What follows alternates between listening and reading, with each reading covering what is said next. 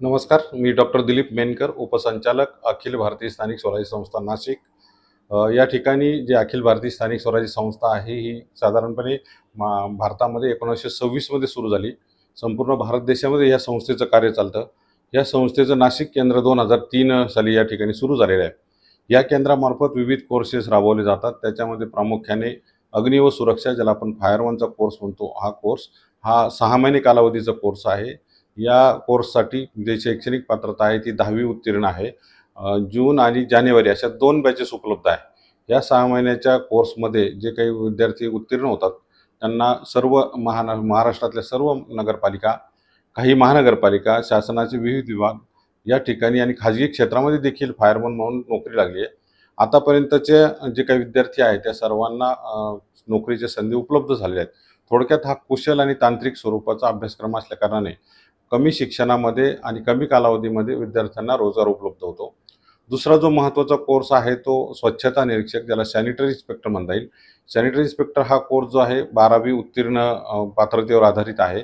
कोणत्याही शाखेतला 12वी उत्तीर्ण झालेला विद्यार्थी या कोर्ससाठी प्रवेश घेऊ शकतो। हा 1 वर्ष कालावधीचा कोर्स आहे। हा कोर्स पूर्ण केल्यानंतर महाराष्ट्र शासनाच्या आरोग्य विभागामध्ये, ज्याला आपण हेल्थ इन्स्पेक्टर म्हणतो, आरोग्य पर्यवेक्षक किंवा नगरपालिकांमध्ये स्वच्छता निरीक्षक, महानगरपालिकांमध्ये स्वच्छता निरीक्षक, या ठिकाणी हा शासनमान्य कोर्स असल्याकारणाने आपल्याला नोकरीच्या संधी उपलब्ध आहे। अखिल भारतीय स्थानिक स्वराज्य संस्था नाशिक केंद्रामार्फत ज्याप्रमाणे अग्नी व सुरक्षा आणि त्याचप्रमाणे स्वच्छता निरीक्षक हा कोर्स चालवला जातो, त्यासोबतच DMLT हा 10वी पात्रतेवर आधारित कोर्स 2 वर्ष कालावधीचा या ठिकाणी सुरू झालेला आहे। सध्या प्रवेश देण्याचं काम सुरू आहे।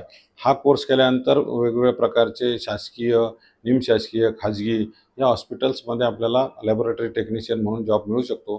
तसेच आपण स्वतःचा व्यवसाय देखील सुरू करू शकतो। अखिल भारतीय स्थानिक स्वराज्य संस्था ही कॅपॅसिटी बिल्डिंग, ज्याला क्षमता बांधणी म्हणतो, अशा प्रकारचे प्रशिक्षण आम्ही राबवतो। त्यामुळे महानगरपालिका आणि नगरपालिकांमध्ये काम करणारे जे कर्मचारी, अधिकारी आहेत त्यांना LGS लोकल गव्हर्नमेंट सेल्फ म्हणून परीक्षा आहे। त्याचप्रमाणे LSGD local government self diploma परीक्षा आहे। DLJFM diploma in local self finance management, अशा प्रकारचे कोर्सेस देखील या केंद्रामार्फत राबवले जातात।